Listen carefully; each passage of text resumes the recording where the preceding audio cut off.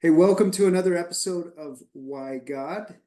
Eric Ellsworth here with my co-host Ryan. Hey, Ryan. Hey, how you doing, Eric? Good. How are you, man? Um, Excellent. hey, this is a fun one because it's just me and you. They're all fun, but this Hmm. is especially exciting because you've shared with me over the past year little bits and pieces of uh, a trip that you and your family took when you moved, actually, when you moved from California to Tennessee. And and it was quite a trip to say the Quite an least. ordeal. Yeah, I like Yeah. to, you say trip, I like to call it an adventure, just a wild adventure. I Yeah, don't know many people that would still call it an adventure after knowing what we're going to talk about. But I think that the spirit of why God is for people to answer the question, why do you believe in God? And it's right now at my Bible study, we're actually going through the book of Job, and mm, this is kind of a timely why God because sometimes as Christ followers things happen that we don't understand why they happen, and it's hard to make sense of it. um, and I think this is similar in a lot of ways to what we read about in Job, what happened to you, and I don't worry, he didn't get sores or anything like that, so it's a little bit different. But I'm excited to walk through that because I think you similar to me. I think there's other people who have heard bits and pieces of the story, and just the kind of guy you are, Ryan. You're not somebody that's going to get out there and share all your dirty laundry. So this is, I think, I appreciate you being courageous to share this story, and that way people kind of know what happens, and I think the bits and pieces throughout the story where God shows up, which I think is pretty cool. And that's so perfect. Yeah, that's a yeah. perfect summation, Eric. And you're right. Nobody really knows about the story. There's just a handful of people that are, close friends that had really understood what had happened during our transition um, from California to Tennessee, and I really didn't want to air it out there, and 'cause just the little people that did know were already trying to get GoFundMe pages, and so just for our audience, what had happened was, in a nutshell, I was, my sisters had moved to Tennessee before me, and they had horror stories of getting these moving companies that would come out, and then they would hold their things hostage, and they'd gone through some stuff, and there were some missing things, and they were reputable moving companies, but they would, transfer the stuff and they put it in warehouses and it would get there when it got there. And I just didn't like giving up control. So I figured I would beat the system and I would buy my own truck through, my company bought a truck and I was going to utilize the truck when I got here in Tennessee and have, I got a buddy that does like junk logistics, and then we were going to kind of add that truck to his fleet and use it as a moving company. So I was like, okay, I'm gonna make this work, and then I'll have a free truck to move all my stuff because I own the truck now, or the company does, and I'll just pack it to the brim with all of our things, and that way I don't have to relinquish possession, control of all my personables because my wife's extremely meticulous. So it took her about a month to bubble wrap all of our things. Just I can't impress upon you just so meticulously. And then after she had everything packed, it took me another week, and she didn't think I could get everything fit in there, but I did. I just Tetrised the whole truck, and it was packed to the brim. There couldn't fit much else in by the time we rolled that down. So maybe Eric, show that truck to the Yeah, I think audience. we've got a picture of the truck here. This is it. Yeah. So backed it up right to the California home, and I filled that bad boy all the way up. And this picture doesn't do it justice how big the truck really is, but it's massive. It's bigger than any U-Haul that you could rent. It's as big as you can get without having to have a special class license. So there it is, my Wow. new pride and joy. And it took about 10 days to fill it up. So that's how that went. And it had a lift. It was a really great fancy truck. Wow, this is the real deal. That's right. Yeah. So, So, so you go package ahead. the truck, you're taking off. So tell me about the trip. You were driving from California straight through to Tennessee? Yeah. So what I had done was I just got a map super naively, and I'm just like, well, I'm going to be going about a little over 60, and I just kind of broke the trip up in 4 segments.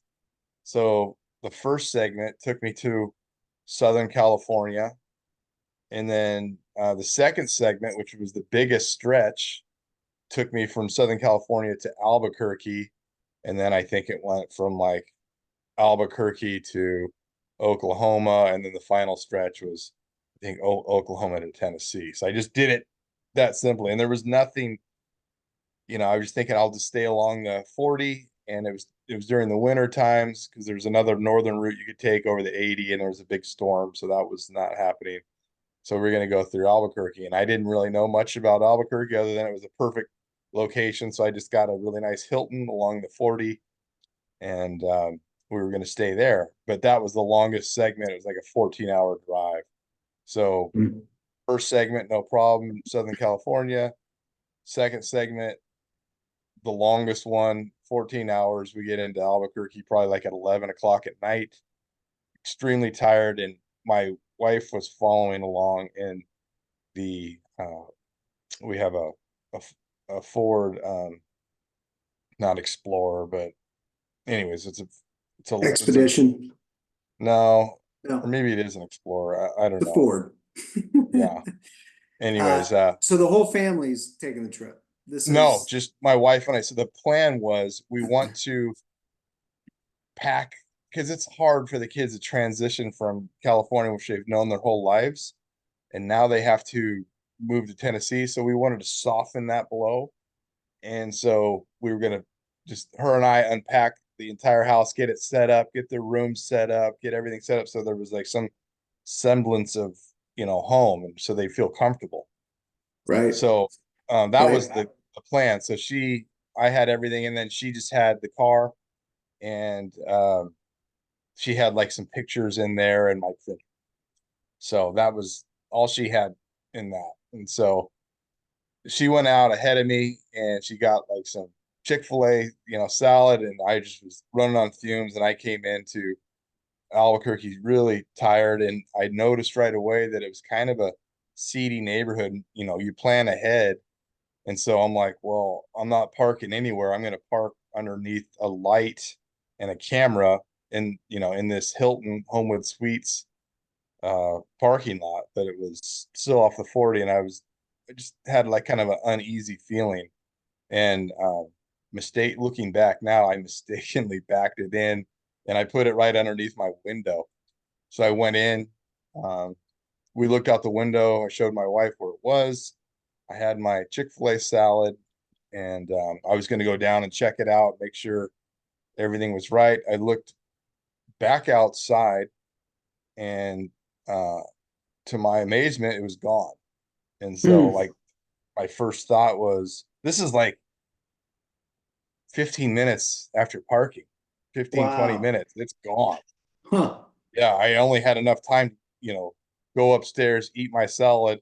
When I went back down to go check on it, make sure that everything was secure. And it had never occurred to me, Eric, that somebody would steal the entire Right. truck. I thought maybe, like, I was worried that they were going to break open the back lock and, you know, get as Right. much stuff out as they could. Never occurred to me they would steal the whole thing. And why that's relevant is because I was moving, I no longer had home insurance. And because I wasn't renting yet, I didn't have renter's insurance. All I had was insurance for the truck, Wow. nothing for the contents. Hmm. So I'm just thinking automatically, like, okay, they must have towed it or something. I must have had it in a bad spot. So I ran downstairs, frantically, and they no, they didn't tow it. And I'm like, let's call 911. And I get on with the Albuquerque police, and they inform me that this was not an emergency. They had bigger fish to fry. Oh, Like, wow. and so Yeah. I just learned that Albuquerque is the auto theft capital of the world, or of at least the United States. So Is it it's really? bad. I didn't It's know like, that. I didn't either. So I learned all Huh. sorts of nice little trivia bits along the way.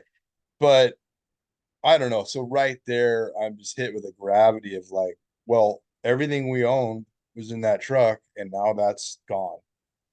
And surprisingly, I had like a feeling of peace or perspective come over me because I knew that I could handle it. I'd be okay. They were just these just things, and I thought of like my kids were safe. They were back in California at our friend's house. They were safe. And, Ronnie and I were safe. We all had our health. They're just things. And I'm like, it's okay, and so, and I was just trying to comfort Ronnie, but I had that perspective, which was really good. And then I had this verse that popped up in my head, this Bible verse, which was kind of the theme of the ordeal. And it's when Jesus talks to the guy who's asking if he's if he's okay, if he's going to go to heaven. And Jesus says, well, do you follow all the commandments? And the Jews like, yeah, I follow all these commandments. And Jesus could recognize in him that he was like a proud man and a wealthy man. And so Jesus tells him, then give away all your possessions and come follow me. And that's what I kept thinking, give away all your possessions and come follow me. Granted, I didn't give my possessions away, but I lost them all. So I was without possessions. And so the only thing left to do was to follow him. And so I just had that like calm, like it's gonna, everything's okay. We still have our kids. And by the way, I say that because I don't think I could recover if something happened to my kids, like their Yeah. health, or so like Yeah. it just that's I had that perspective, and I have like a world of um admiration for people that lose a child, or even worse, Mm. what if one was kidnapped? Because I'm not equipped to deal with that. I think I would have a meltdown. I'm not that strong, but I'm definitely equipped. Like if I lose everything, it's okay. And so yeah, we lost literally everything you own. And I just remember just being envious of somebody that might have like a house fire or something, because they don't Huh. have people going through their items. They don't have to worry about identity theft. It's covered by insurance. They don't have to take it on the chin. But I never thought I'd be in a position to be envious of somebody to have their house burned down, Yeah, but I was. that's the crazy thing, I think, is just, when you said that to me the first time, I'm like, what are you talking about? Envious of somebody having their house burned, but it makes sense. I mean, now you've got all your belongings with somebody else that who knows where, and that's rummaging through your stuff potentially. And, like you said, identity theft, all the things that could continue to happen. Whereas like a house fire, it's done, right? It's Yeah. it's burnt. So Or even this, if somebody came in your house and stole stuff, they're not going to take every single thing. yeah. But this was the absolute jackpot because they got it all. I mean, every Now, little thing. you mentioned, I'm just curious because you mentioned the just that sense of the story in the Bible where he couldn't give up his possessions and that peace that came over you. I mean, there was there any emotion of just you know Oh, it stress, just I went anger? into like a persevere mode. Do what we can do. Try to calm my wife down because she's losing her mind, because Yeah, she's just got like everything that she has in there. All the our jewelry. I can't stress the audience enough. Everything that you family own. photos. Yeah, And we narrowed it down to just the good things, because when you move cross country, you just have yard sale and you sell as much as you possibly can, yeah. to just to where I could fit it all in this truck. So that's right. Family photos. Uh, There's so many sentimental things, so many valuable things just gone. Wow. So yeah. Wow. So I was able to just, okay, you know, let's see what we can do. So the police were supposed to come. They didn't come. Um, they were supposed to come within a half an hour. They came like almost 4 hours later, like in the middle of the night. And they sent out some like rookie cop, she's basically it looked like right out of the academy, like, what color was the truck? Okay. And like, just, I'm like, they wouldn't put out a 911 APB call. They, it just, I just realized they're not really interested in finding this. And that's when I realized it's gone. Like, they didn't send a cop. They wouldn't do a 911 call. They just made me say, yeah, call this hotline and a cop will come out and visit you. That's when I realized they had no interest in finding the vehicle. So that was Helping you discouraging. guys find it. Yeah. Yeah. So what happened? What happened after that? I mean, she came out, was she just reporting it? Yeah. Just like That's say it? you say that you had your bike stolen. Same Yeah, thing. They would come yeah, out. What color was the bike? When would you last see it? Okay. Do you have a serial yeah, number? You have a serial number? Great. Okay. That was it. That was it. yeah, So I'm like, yeah. well, don't get your hopes up. It's gone. It, yeah. So Man, then the next day, like, what do we do? She's like, what, do we just go back? I'm like, no, we've rented this house in Tennessee. We're gonna go check it out. Like, keep moving forward. So we got in the Ford and we just kept on going east and made really good time. And yeah, so a couple days later, went in the rental and it took us about 5 minutes instead of 5 days to unpack. So then we're just kind of staring at each other like, what do we do now? Because now because we blocked that amount of time out to unpack and set the house up. And right. now, and so now we just had to kind of go out and start buying everything new, like anything you could possibly imagine. And that's where people were like, that had caught wind of what had happened. Like my family, they were wanting to put out, these posts because then everybody wants to help out. And it's not that I felt like I'm too proud for that, but I was like, there's people that are much worse off than I am. Like I have, plenty of money in the bank. There's people that are like genuinely struggling and have things a lot worse than where I'm at. So I just asked them politely, listen, please don't put anything out on social media. No GoFundMe pages. We'll limp Yeah, through it and we'll get yeah, it figured. yeah. That's great. That's great. So you Yeah. left, did you say the day after the police report, you guys continued Yeah, there's on no to, reason to yeah, hang around. The yeah. person at the hotel, it was like on the weekend, and the manager couldn't be bothered to come in to look at the surveillance. I mean, because it So happened on a you, Friday night. So she wouldn't come in on a Saturday. We were waiting around. Wouldn't come in, didn't come in on a Sunday, and then finally came in on like a Monday and like, yep, they stole it. All right, here it is. And they see just nothing of detail, but they just see the truck pulling out from under the camera. wow. Then So you got a now we're message, here at the house and we're just having to buy everything anew for 5 days, trying to get some having to buy new beds, new pots and pans. Just go to Costco. That was probably the hardest part because I wouldn't say I'm frugal, but I'm like, I like very conservative with my money. I don't like to blow it. Now I'm having to buy everything that I already own, off, and you have to take it on the chin. So that was hard. I hate shopping anyway, so I'm going through Costco. Going, oh, geez, I gotta buy all this. I hate shopping. I gotta buy a couch. I gotta buy clothes. I gotta buy everything. And so that was pretty rough. So that's kind of basically what we did for 5 days, just kind of doing that. We were kind of like deer in the headlights, just didn't know what to do.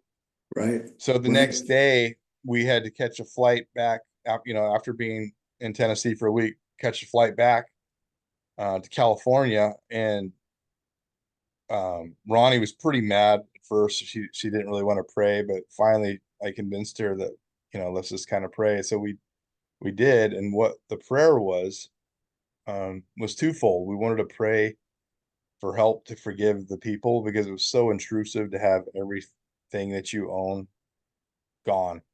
And Hmm. so we really just wanted to pray for these people and pray that we could forgive them. And and then the second thing that we prayed for was maybe somebody that was there would have like some realization of like how personal it was to us and just having Yeah. just just a glimmer of perspective of our perspective, like how heavily it impacted our lives. Like I know it's probably a great score for them, but like baby pictures, wedding pictures. A big thing was Ronnie's mom left her a cookbook, so it was very personal. And Mm. Ronnie's mom passed away, so that cookbook was everything to Ronnie. It just meant the world. Like Mm. those are the things you miss, like stuff like that. My son's baby blanket, devastating. It's gone. Just all these thousands of personal things, and so it's hard not to like just be mad at these people, and it was kind of eating us up. So we just wanted to like turn it over to God and be able to Yeah. forgive them. So that was the first prayer. Second prayer was maybe somebody was there that saw something, and maybe they could do something about it. And then we caught a flight and flew back home, and then the next first thing in the morning, we get a call from Albuquerque PD, and they said, "Hey, we found your truck. It's parked out. We made an arrest. They had a we're working on getting this pit bull out of the cab of your truck. We made an arrest. We're waiting for animal control. We'll call you and let you know. But there's a lot of stuff still in the back of it." So we're like, "Whoa, maybe we'll get a few items back." Right. So that was kind of Did like a you say big there was a deal. pit bull in the front? Yeah, Okay. All right. they had a pit bull in the actual cab, and I don't know what she was doing. So maybe Yeah. you can show Yeah. the audience. So right then, Eric, I got a message right after the police called. Minutes after, I get a message from this guy on Facebook. He had all my information, obviously, and you want to read that? Yeah. Yeah. Dude, I know a piece of, you know what, in Albuquerque that stole a moving truck full of what I believe is your stuff. I was called to pull her out. She was stuck in the sand in the mesa. I had no knowledge of anything until I started picking through the pile of trash she had thrown aside. It was all your personal papers and photos. I was disgusted by this and left without helping her. 2 days later, I saw the moving truck way across town, so I flattened the two front tires and called the police. So I was like, wow, we said that prayer the night before, and then less than 12 hours later, I I get this. So it was just like it was incredible, like how that happened. Yeah. So obviously I got a whole new set of logistics to deal with because now I have to go to Albuquerque. Um, I have to figure out I have to get that stuff. The truck's in evidence. It's in bad shape. Maybe you can kind of go through those pictures while I talk about it. Yeah. Yeah. Let me share those photos. Um, and so yes, there it is on blocks. There, just like Adam said, he left the air out of it. So So this um, this was at that the that's at the bottom. You skip all the way down. oh no, I'm here. Okay. Oh, I skipped. So yeah, Yeah. it's on blocks there. Um, this is kind of This is what it at the looks like junkyard in it's a Albuquerque. junkyard that's Okay. highly um protected, so they don't let anyone go there whatsoever. That's the only gun that wasn't in the safe, and they had that in the cab, with the dog. I think they'd taken some shots and stuff, so they had one. This is my childhood gun that I got for my 11-year-old birthday. So it's 1112 gauge. Oh wow, So there's we the had truck. everything perfectly packed. So this is what it looks like now. They just were living out in the mesa with our things and selling whatever they could for drugs, and they just had all the beds out in the mesa living there, and then they just throw some stuff out and they left some stuff out there. But you can gives you some idea of what it looks like. Just trashed it pretty good. That's all your set, your kid's bike, and Yeah, I think that one, yeah, that purple one was Nikki's bike. now when you took these photos, was this just did you just go out This is the or actual police that took it. I didn't even take okay. these. They just were showing me like what was there.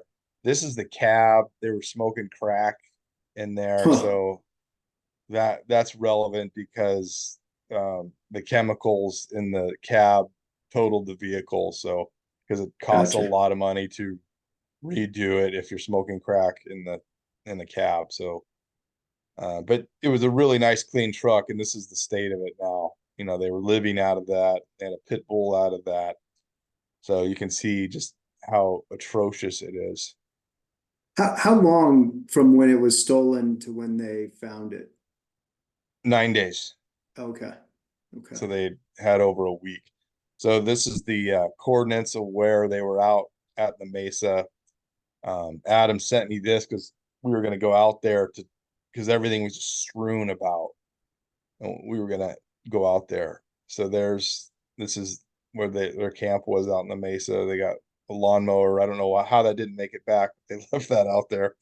Guess they're not into mowing. Guess they're not into mowing lawns. I got a sentimental, you know, wheelbarrow that I used for construction.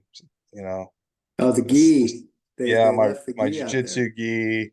I got an Alaska jacket there, just thrown out, you know, in the weeds. There's a picture up there that we got for our wedding.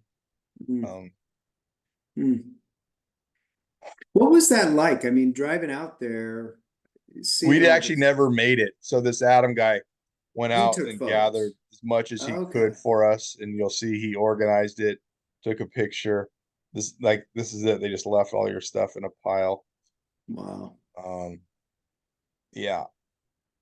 And then he went and organized everything for us and took a picture. So that was really Yeah. cool of him. So I didn't actually have to go out there, and I just frankly I didn't have time to do it because once I got there, I realized they weren't going to let me take the stuff out of that moving truck because it was in that yard, and they just don't, they won't, you can't, you can't go in the yard on your own. So I had to wheel and deal to get the truck moved out of the yard in like a neutral place and put the other U-Haul there and transfer everything over. Yeah. And of course, my best friend, Mike, like, you know, he just refused not to help out. Like he's like one of the real ones, you know, this That's guy, great. when things go south, this guy shows up, and he showed up in a big way, you know, Wow. wouldn't take no for an answer, and, you know, because I'm proud and stupid, and I would have tried to do it myself. And Yeah. yeah, he was just there for me. That's And awesome.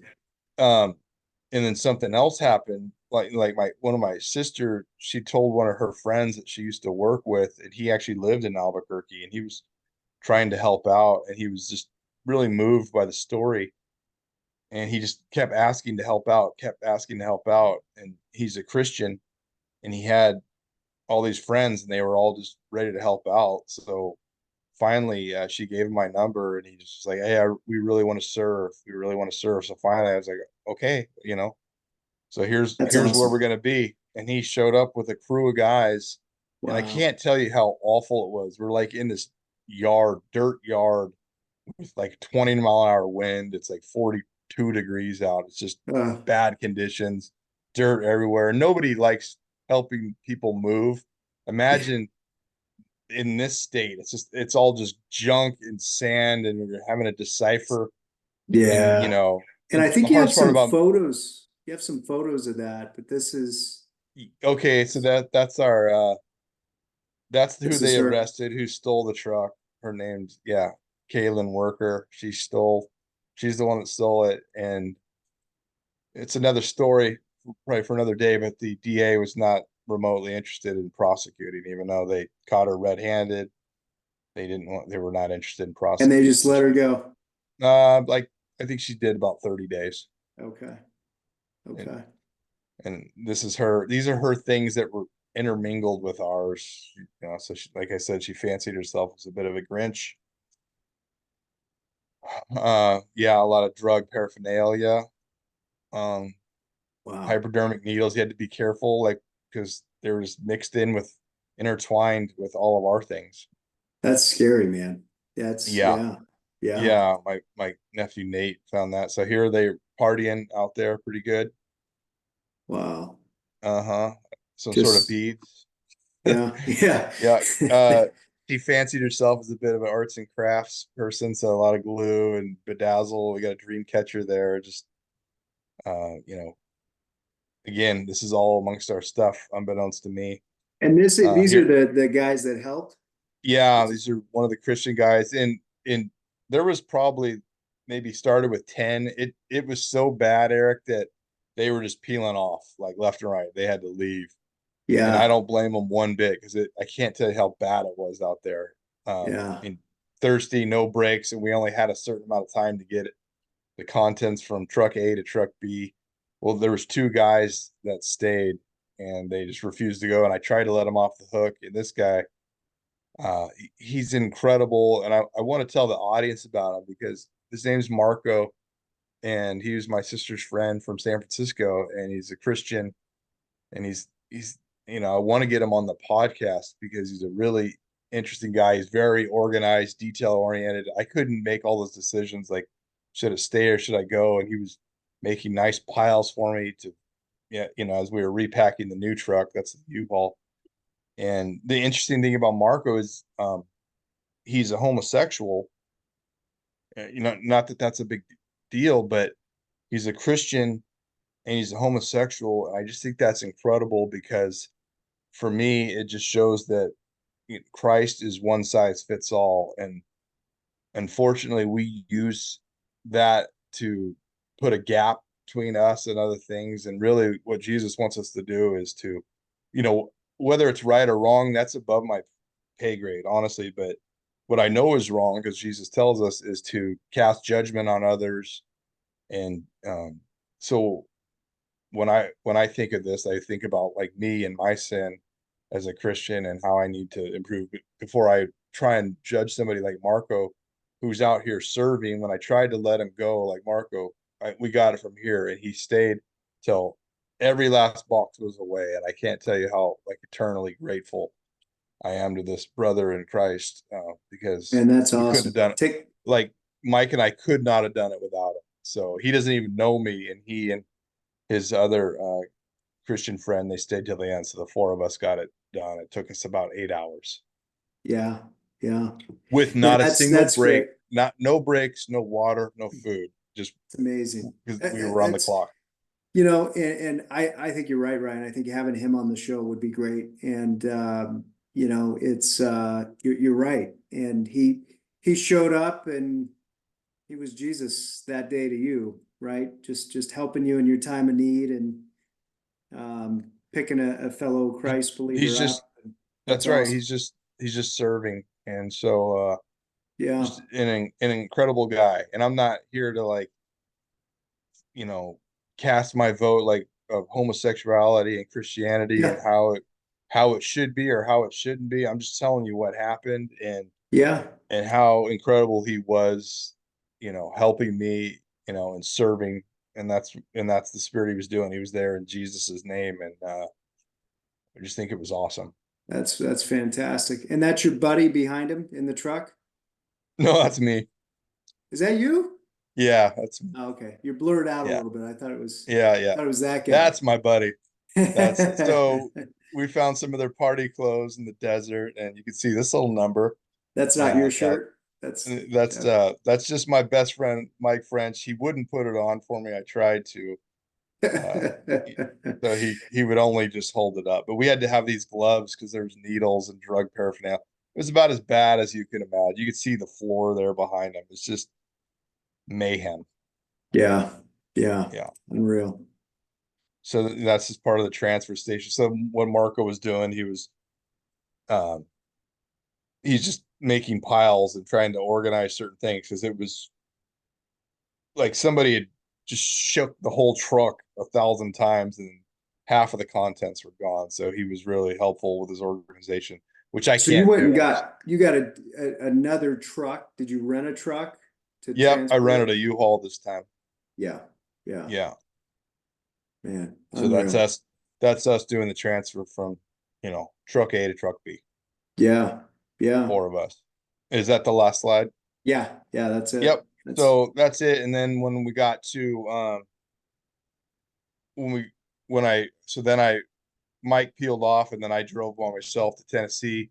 And then our editor, Nathan, he helped me unload everything into the garage. Even that took 2 days just to get everything organized. And nothing was allowed in the house because my wife had to inspect everything, clean everything. And that's when we found all of their paraphernalia because it was commingled with all of our things. Oh, So, jeez. um, Oh, so that's kind of what happened. And I guess I needed like almost a year to process. And it was something that stung throughout the year because you'd go to get something and then you're like, oh yeah, it's gone. And you we don't don't even have know it. what's gone until you need it. And you're like, oh, that's gone. These tools are gone. That's gone. Yeah, but that being said, we got so much back, Eric, and that's why it was such an amazing answer prayer answered. We got Ronnie's mom's cookbook back, got Mm, son's blanket back. There's just so many sentimental things like some furniture that I made. We got that back. Somehow that survived. And so it was just such a huge win. I can't even tell you like some of the things we were able to get back that we thought we would never ever see again. So I was left with a feeling of just absolute gratitude that mm, um overwhelmed the other feeling of, just anger. And anytime I feel those feelings dwell up, I just try to pray for her that she's going to come out of whatever thing she's in and that maybe she'll find Christ. And that helps me a lot is to be able to pray for her and to work on active forgiveness because it's not like a one-time deal. Like it's not a magic thing you say and then you're good to go. You have to work every day, especially when someone hurts you like that, to continually pray for forgiveness. It's a mm, it's a mm. continual thing, and it's such a gift because it releases that burden and it keeps you not bitter and you're just grateful for the things that you have. So that was a story. A lot Did of you, people did were.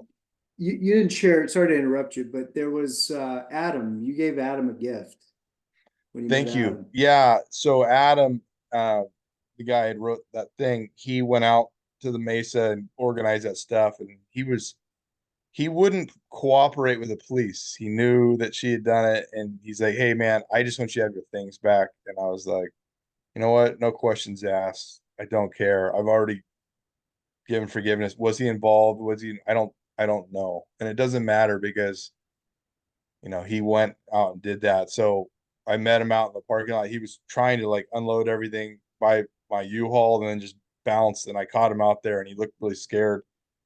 I guess I could be kind of intimidating. I came up to him and he didn't know what I was going to do. And so I just hugged him and I gave Wow. him, and when I did, when we got to Tennessee, I didn't have anything. So the first thing I bought was a Bible and I gave him that Bible and, told him my favorite verse and I just gave him a hug and that was it. And then he left. He looked surprised and so I hope that Bible means something to him and I hope, he said he was working on his faith. He was recovering addict and it was like something he was actively working on. He was trying to be better. So I try to pray for him too. It's awesome. And I'm sure that made a huge imprint on him, you know what I mean? And I hope so. yeah, But yeah, you never know. um I don't know, like everyone's like, well, he was involved and he helped and he was just trying to cover himself because the police.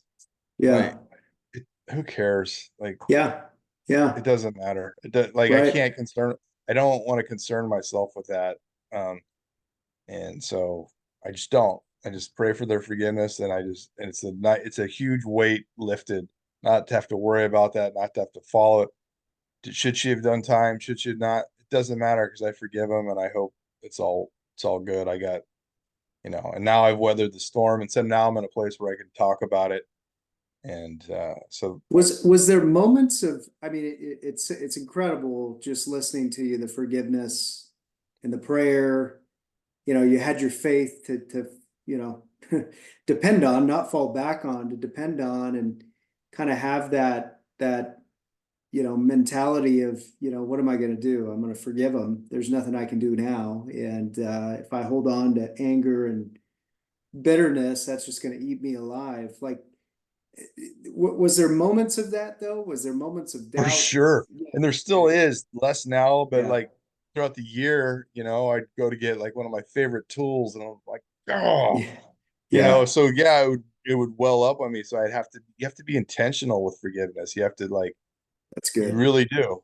That's Because if good. you don't, then the other bitterness will take over, and that's not good. So it was a great Yeah. exercise. I'm really grateful that it happened because, it helped me grow in my faith so much. And Yeah. it helped me like it gave me like real perspective on the power of forgiveness because we talk about it, but to actually be in a position and then to actually do what Christ tells you to do sounds easy, it sounds catchy, sometimes it sounds even cliche, but to actually do it and to do something as radical as to pray for them and to just wish the absolute best for them and hope that they find salvation. There's so much power in that, and I know that that's why everything transpired the way it did, and that the police called the very next day. I mean, what are the odds of that? It's just everything Yeah. lined up. That's why God, man. And I mentioned Job in the beginning, and I think we just read through starting in chapter 38 is where God starts talking to Job after him and his friends talk. And, God basically just shows up and says, you know, in, in more words than this, but, who do you think you are? Did you measure, the circumference of the earth? Did you, put Mm, the sea in its place? Did you do all these miraculous things? No, I did. And the importance of depending on him. And this is one of those moments where you may never know why ever this happened to you and your family, but I think you've learned, like, you've grown, and those moments, those small moments of, like you saying, you and Ronnie praying together, and getting through it together just for your marriage. I mean, there's a lot of strength that comes out of that. yeah, Nobody ever grew through easy, right? that's the truth. Yeah. Yeah, yeah, that's awesome, man. Well, I appreciate you sharing. I know, a lot of people have been curious about it, and I mean, you're a good example, and just listening to your story has helped me, man. Just think about, okay, when faced with unwanted adversity, because it usually comes at the most inconvenient times, and in your Mm, life, it was all your belongings, and a huge moment for you and your family, moving, across the nation. yeah. But going back to why God, like, dude, the impact that, those Christians in Albuquerque had on you, that you probably had Yes. on Adam, and just sharing this story here on the podcast. I know it's going to touch a lot of people. So thanks for doing it. Awesome. Thanks, Eric. Appreciate it. Yeah, I'm glad to do it, and I'm in a place now. I wanted to do it when I could genuinely be glad that it happened to me because looking back, how much it helped me grow in my faith and just give me like a different perspective on like the power of forgiveness. So I think that's the message that I want the audience to hear and learn is the power of forgiveness and uh and I would just really encourage everyone out there if there's something they're holding on to, something that eats at them, try like a genuine intentional forgiveness. Even you could do something as radical as even let that person know that, hey, I completely forgive you, and you will see the power in it. And Yeah, it's life changing. It's really awesome. it's awesome, man. Well, great, man. Hey, thanks again, buddy. Appreciate Okay. you so much. And hopefully, hopefully a lot of people will listen to this and get something out of it. So thanks, All Ryan. right. Signing off, folks. See Thanks, you, man. guys.